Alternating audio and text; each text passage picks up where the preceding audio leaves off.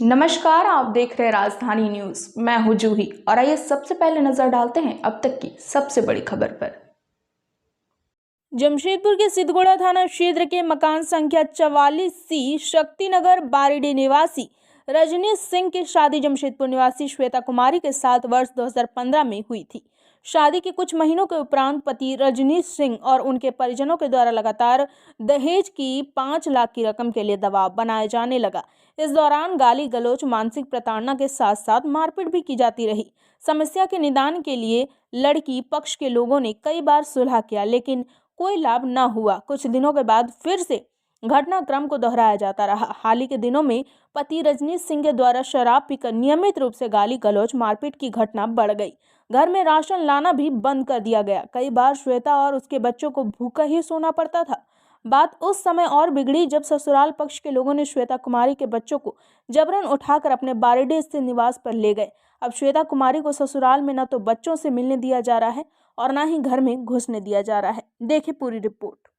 मेरा नाम श्वेता कुमारी है। मेरे पति का नाम रजनीश सिंह है। मेरी शादी 2015 में हुई थी। मैं शादी के बाद एक बार प्रेग्नेंट हुई। प्रेगनेंसी में मुझे बहुत ज़्यादा मारपीट और गाली गलौज किया जाता था। इतना ज़्यादा किया जाता था कि मेरा पहला बच्चा देख कर गया।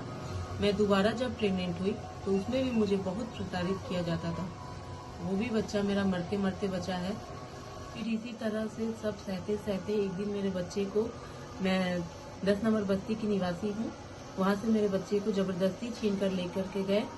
और मेरे एक बच्चे का 5 साल है, दूसरे बच्चे का 3 साल है। 5 साल भी है? 3 साल है। और मेरे बच्चे को मैं उसके बाद जब मैं अपने ससुराल गई, वहाँ पे मुझे मारपीट कर बाहर निकाल दिया गया। बोला गया कि बच्चा को नहीं मिलेगा। और मैं उसके बाद दोबारा फिर गई थी तो मेरा बच्चा मुझे नहीं दिया गया।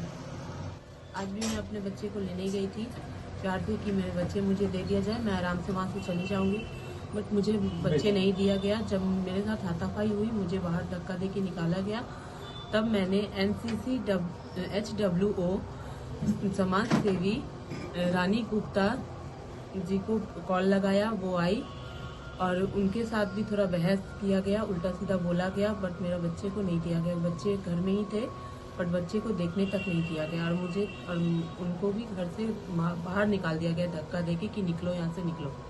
और गाली गलौज भी बहुत हुआ। इसमें मेरे सास ससुर, मेरे जेठ जेठानी, ननद नंदोसी सब शामिल थे।